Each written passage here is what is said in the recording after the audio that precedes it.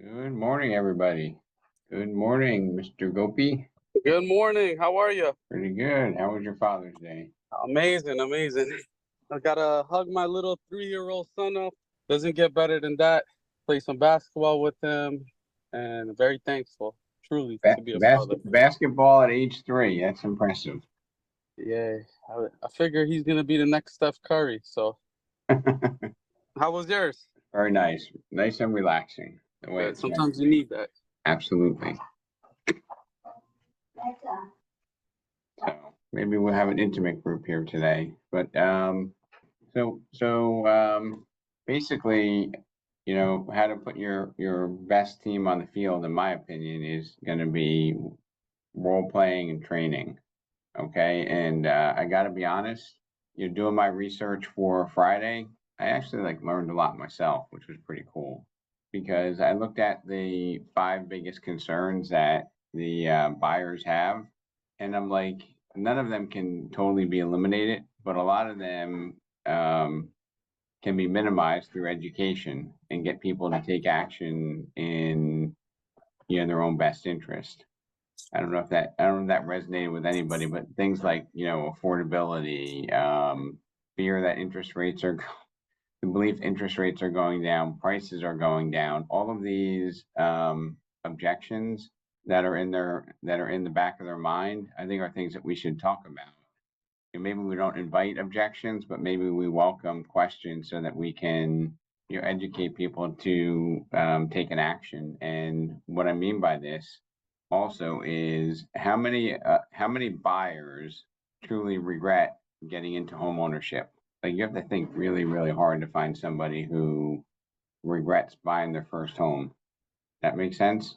And Paul, you go across a diverse area, politics era. Like, you have the ability to impact a lot of people, right? Definitely, definitely. You have to take that seriously. And if they're afraid, it's a very reasonable fear. Like, it's a reasonable thought process to say, hey, I'm going to wait for rates to drop. Okay. But it doesn't really make sense if you break it down, because when rates drop, we have more competition. We have more competition means less options for you. Wouldn't you want to preserve all your options? And if rates continue to go up, they're going to feel very good about their decision to buy because they have that lower rate. And Mr. Baker, what was the term that you used for people to get into the home ownership game? You had talked about it. I thought you had eloquently described it. You mean the stop the clock? Stop the clock? Yep. Stop the renting clock, right? Yeah, and also you stop the clock on the price. You stop the clock on the interest rates. Yeah, and chasing the price, right? Yes, sir. So that's a term that I'm gonna write down. I'm gonna steal. Let's stop the clock, get into the game, stop chasing prices. If somebody comes to you and says, I want to wait another year so I can increase my savings, the logical answer for a lot of salespeople are like, oh, that makes sense. But if you really break it down, you look at the fact that waiting another year, they're going to save 20 grand, but the price goes up 40 grand or 30 grand or 25 grand. They're going backwards, right? So all that savings is for nothing. And over time, that's going to be the game. It's eventually going to continue to go up over time. And I'm not designing this conversation to the people on this call. What I'm designing this conversation to is your moral obligation to talk to the people on your team and make sure all of them can explicitly and subconsciously answer these questions or these objections, whether they're spoken or felt. Why would you want to wait till next year if you could afford it now? I'd say, if somebody has 5% down, they're waiting to save 10%, perhaps with a good, honest lender that can identify the total cost over a period of time, it might make sense for them to, do something sooner. And not just because we're chasing commissions, but because it's in their best interest to, quote unquote, stop the clock. Okay. Hey, Rob, I want to mention something. You know how you started talking to us about, controlling the conversation, keep asking people why and why. Every time they answer you, and you ask them why. Right. I've been practicing that with my kids. How's And it's been working. So it's working well. You know, you get to the bottom line to, you know, find out their motivation and, you know, the bottom. So now I'm going to start doing it with a client. It's pretty cool, right? Yeah. So, It's, you know, and then, you know, to put your best team on the field, right? To use like I guess it's a basketball or a baseball analogy, you miss every shot you don't take, you miss every pitch you don't swing at. You know, if we don't get enough appointments, right, we need to look at what's the core behind that. Okay, and the core behind not having enough appointments and face-to-faces is basically not doing the leading indicators that get you there and having the dialogues to feel comfortable continually doing that, right? So, you know, business is math, running a team is math, being a member of your team is math, being a team leader is math. So, you know, I could ask everyone here, you know, why are you running a team?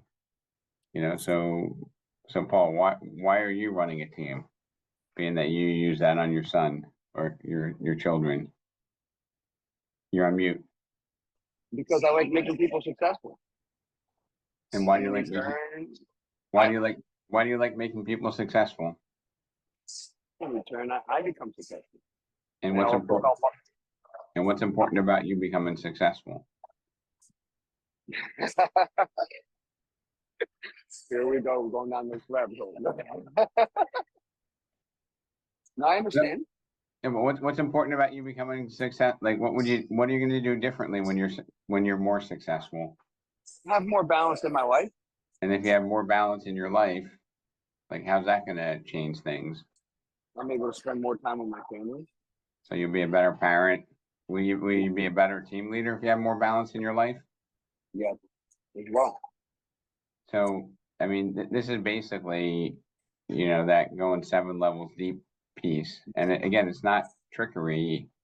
Andrew Velez, what happened the last game? Andrew? All right. Good morning. What happened in game 4? Well, we wanted to bring it home. That's why. You know how much money they would lose if they didn't bring it home? So they wanted to make sure that they took the game winner at home. Okay. Yeah, So, I think that's what it was. I mean, that's what Boston probably did too with the Mavericks.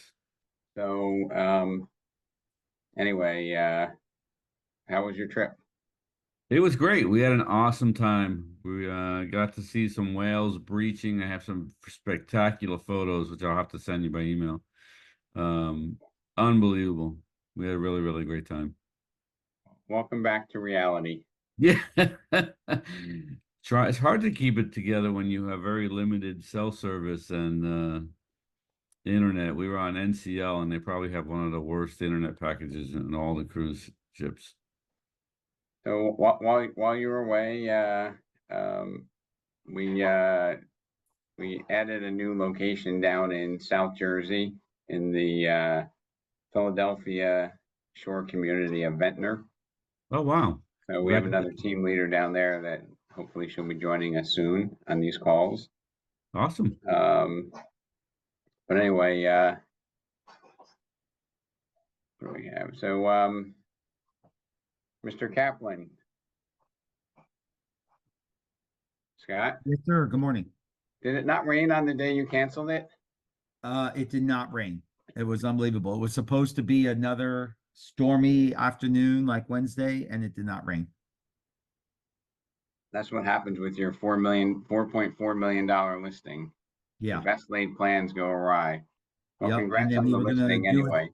We're going to do it this Thursday, and now they're saying there's a tropical storm that is going to hit us Thursday and Friday. I don't know. Maybe the lesson is you move on. I don't know. Yeah, If you I moved know. on, then it rained, you would have had a disaster. But congrats on that listing. And you know, I don't know. Has anyone else sold anything over 4 million on residential? Now your other sale was 3.8, Scott. Yes, sir. And I will tell you that it sounds so glorious, but it was such a challenge, right? It was the hardest deal of my career. I had an attorney and a surgeon that both were right and both wanted their way. and we almost ended up in litigation because they both wanted their way, and one was an attorney. So for him to sue the other was just another day literally of work. And then the surgeon was him and his wife is also a doctor. They were just wanting it their way to the point that they said, that's fine. They have an attorney and they'll see him in court. So it was an unbelievable amount of going back and forth. And Well, yeah. it sounded so glamorous, but I know it was a dogfight to the bitter end. Yep. And I see Joe Daly just popped on. Joe, meet the summer version of our team leaders here on the call. Usually we have a few more, but these are the awesome ones. I don't know if you're able to say hi. Get there. Good morning. Good morning. So Joe's been with Remax for how many years, Joe? 15 plus. 15 plus years, and you know, her office left her, like Andrew, and we want to welcome her aboard with open arms. And she services an area where we have a hole in New Jersey, and the southern Jersey shore area south of Atlantic City. Maybe give us a 30-second pitch here, Joe, for our team leaders and what you cover.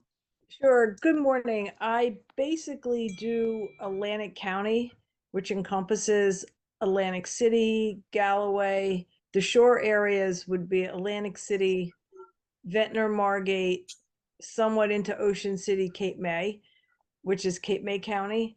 And then west towards Galloway, Absecon, Pleasantville, which is not very pleasant. When you want to play? Sorry?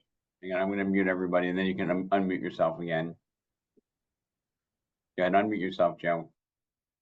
And then we have Linwood, Northfield, Summers Point, Mays Landing, Hamilton Township. So it's a pretty big county, and it's kind of a diverse area where it's very casino-based industry demographically, and the FAA is here. We've had all kinds of different demographics contingent on the casino industry, people in and out, casinos closing, a lot of Coast Guard action down here. So How much of your business is second home? Fair to say maybe 50%. We have second homes, we have full-time second homes as well, so that people use it year round here, as opposed to some of the other shore towns where they're Memorial Day to Labor Day. We're second homes year round because the casinos and the restaurants, the boardwalk keep that open And 24/7. when did you start with Remax, just so everybody knows? I want to say somewhere like 2007. I opened the Remax Platinum property franchise with Joe Ventresca and Jeff Schneider from day one in Margate.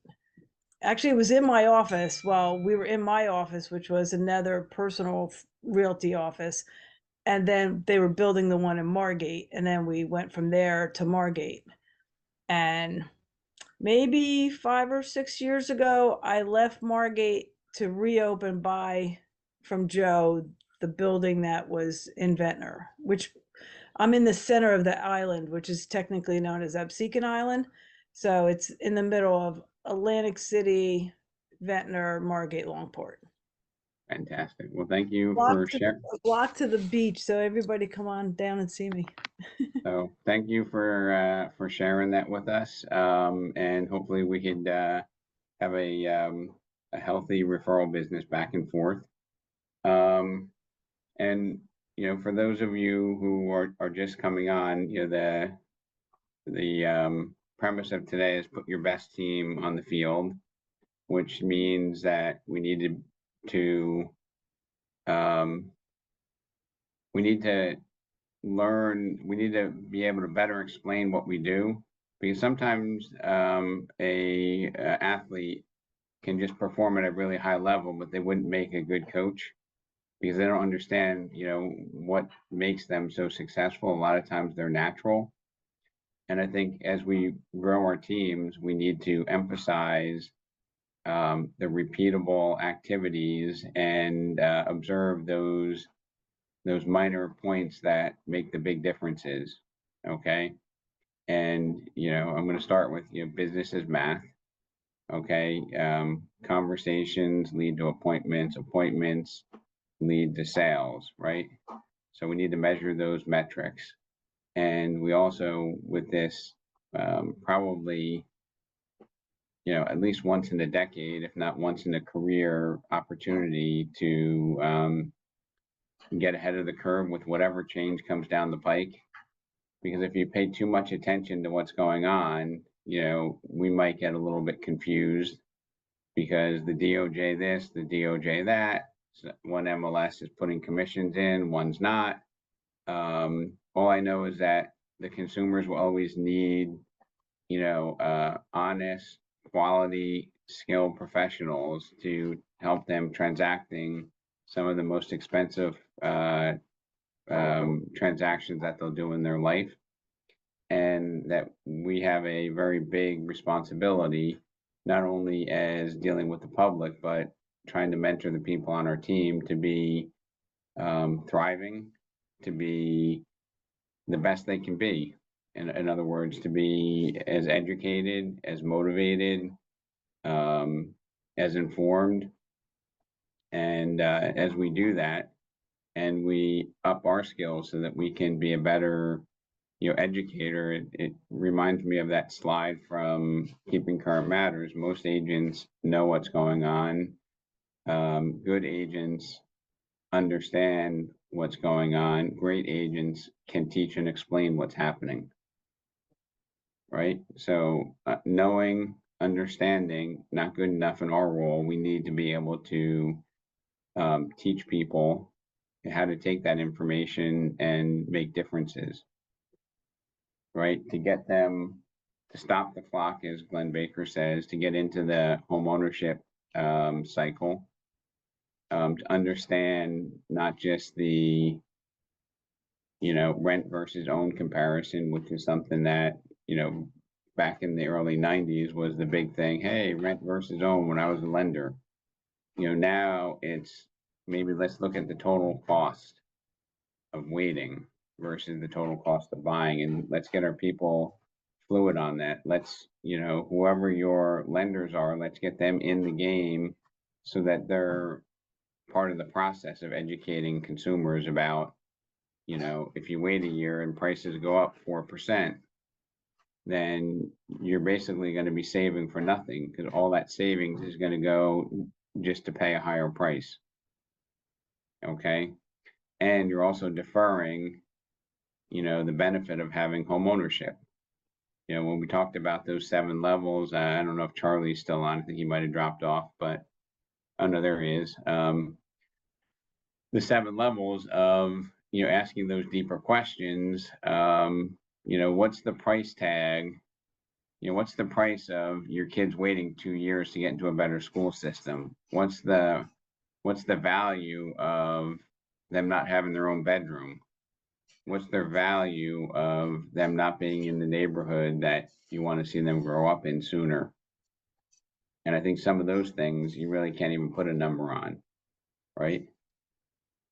So those are things that we need to know how to communicate. And I think I'm looking at, I see Bobby Golden, the listing machine. And I think a lot of these conversations also go towards, homeowners that maybe are desirous of trading up and are afraid to make a change. These are conversations that we're going to need to have about, sellers that may not want to compensate buyers agents. As a matter of fact, I think there was somebody mentioned to me from our Florida team that I think it was Lisa, said that her seller was going to wait until August, but didn't, to not have to pay the buyer side of a commission on a $2.5 million transaction. And these are the conversations that we're going to need to be locked and loaded to answer and, educate, our team members and our ultimate consumers on those things. So, does anybody other than Glenn measure conversations, appointments, conversions on a at least weekly basis? I mean, Paul, your team's getting pretty big, Chopper. You've So got a I started sending out Google Forms tracker.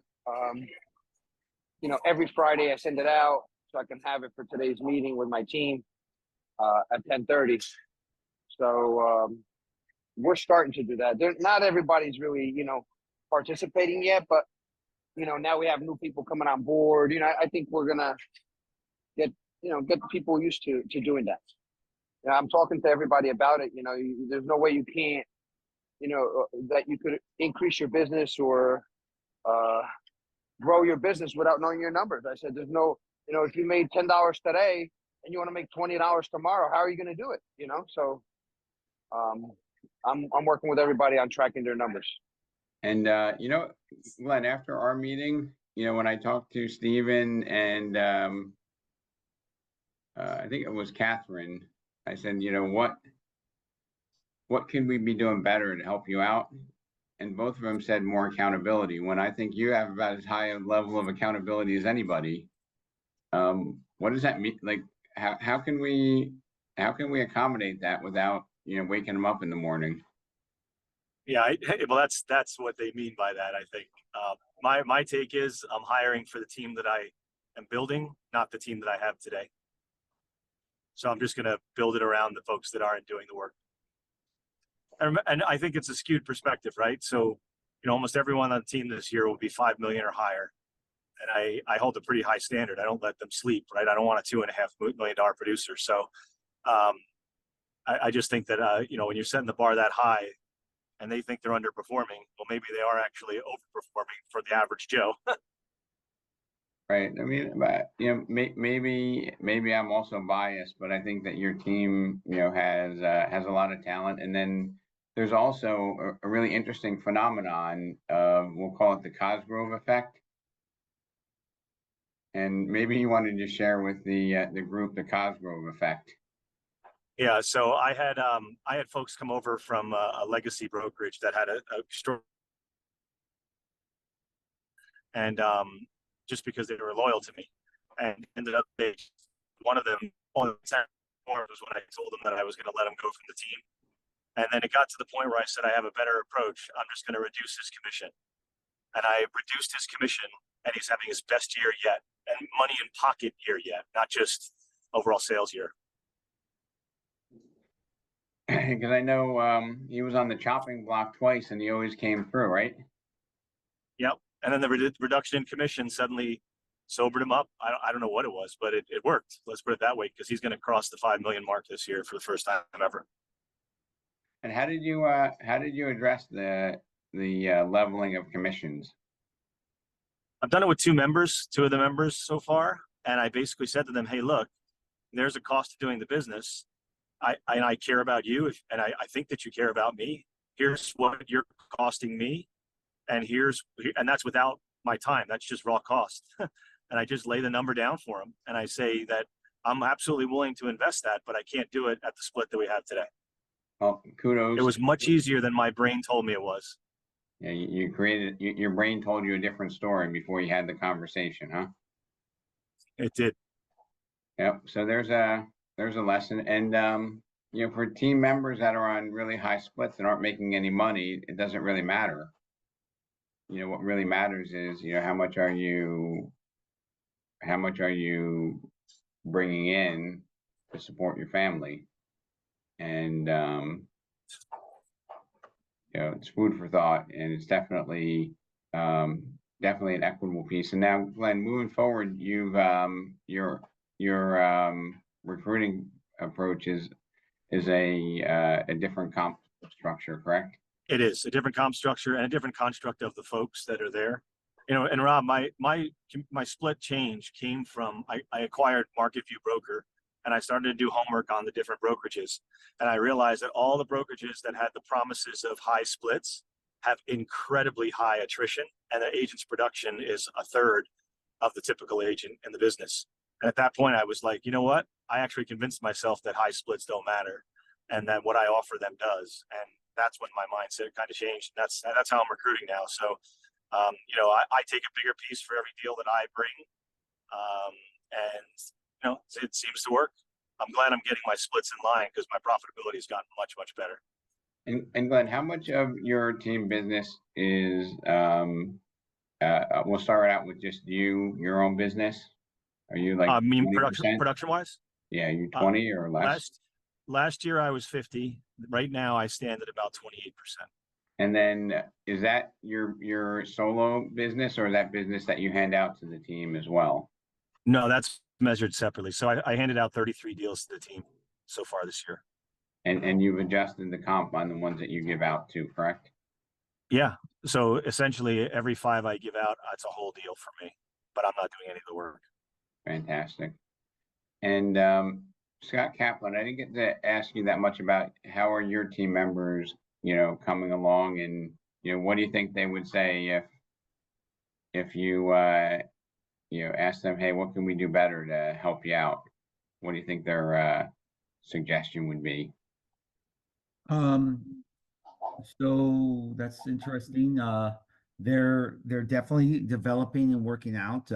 Both of them had closing last month. The newer one actually from one of her Sphere leads had a $950,000 sale for her first sale. And better, I mean, I want to be able to provide some better leads. We're doing a lot of social media marketing that is providing leads, but they're long-term, not short-term. So there's a lot of work that's being put in that hasn't panned out just yet. I find that the social media leads, the rentals, are more realistic for money at this point. But as far as asking them, I actually plan on asking them just because I want to make sure. I know 1 out of 2 is definitely happy. We have conversations all the time, but I was going to ask the second one if there's anything else that she wanted or needed to feel more secure. And are they both either brand new or less than a year in the business? Both of them, yes. So yeah, I think that's a tremendous investment in your time, right? To try to get them up to speed. Absolutely. And I hope they recognize that. You know, and I remember when Julie spoke, you know, her mindset, Julie Vanderboot said that, you know, when you work a transaction with them, they really should be paying you for the education, and not listening to their brother-in-law who says that you're not getting paid enough. You know, and I that changed my splits. Obviously we're using the Workman program, and they had also, like Glenn said, you know, you got to show the profitability, and you got to be able to justify your time and everything that goes into it. So I changed my splits on my new team members, and actually the second one is on even a different split than the first one. And going forward, that's the way that we're doing it also, because it is true, you know, our time is valuable, and we've quantified that if I don't have a team and I'm not training, I do more deals because I invest more time into myself. So definitely we're making it, you know, more profitable. fantastic.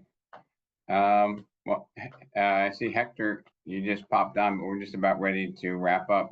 No offense to you, Hector, but you know, if you just think, like, I really can't tell you how much, like, I've internalized and learned how to overcome a lot of the objections in the home buyer and home seller survey. And if you'd like, I'll send it out to you all if you want to look at it. It's not expensive. I think NAR charges you like $20 for it as a member. And you can just cherry pick through some of the data, and it will give you some insight into how we could better serve and address, you know, the mindset of today's buyer and seller.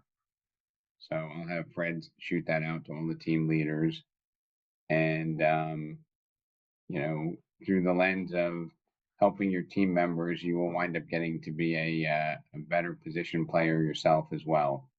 Because when you teach and break it down, you're going to learn more. I already see that. I definitely see that in Paul. You know, I feel that's happening with you, Scott. I know with Glenn it's happening. So keep that top of mind. You know, third level, know, understand, explain and teach is the level where we need to be, so that, you know, we can, you know, influence the outcome of our team members and also be, you know, better professionals ourselves. So welcome, Joe. Everybody have a productive week, and maybe next week we'll talk about how do we you know, how do we manage to remain profitable during the summer vacation season, so that everybody can have a great time, enjoy what matters in life, but also not put ourselves in the hole come September. All right, everybody have a fantastic week. Welcome Joe to the family. Bye everybody. Take care. Take care. Have a great week. Bye bye.